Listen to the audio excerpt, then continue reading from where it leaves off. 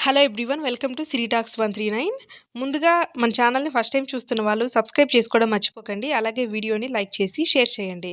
ఇక big boss lovers అందరికీ కూడా అతి త్వరలో గుడ్ న్యూస్ రాబోతుంది. అదేంటో కాదు, బిగ్ బాస్ ఓటీటీ వర్షన్ అనమాట. సీజన్ 2 అయితే ప్లాన్ చేస్తున్నారు షో మేకర్స్.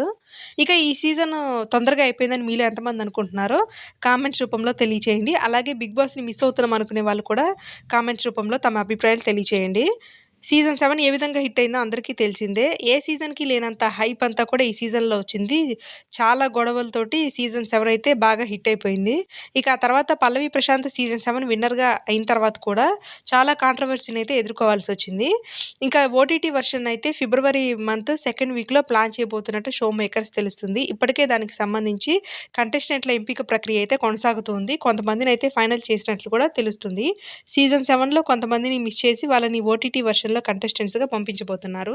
అయితే ఈ సీజన్ 2కి ఓటీటీ వర్షన్‌కి నాగార్జున గారిని కాకుండా హోస్ట్‌గా బాలకృష్ణ గారిని పెట్టబోతున్నట్లు తెలుస్తుంది. అంటే హోస్ట్ చేంజ్ ఉంటే ఇంకొంచెం హిట్ అవుతుంది అని ఆలోచించి షో మేకర్స్ బాలకృష్ణ గారిని ఓటీటీ వర్షన్‌కి హోస్ట్‌గా పెట్టబోతున్నారు. ఇప్పటికే బాలకృష్ణ గారు అన్‌స్టాపబుల్ షోకి తన చాతుర్యంతోటి ఆ షోని ఎంత సక్సెస్ చేశారో అందరికీ తెలిసిందే.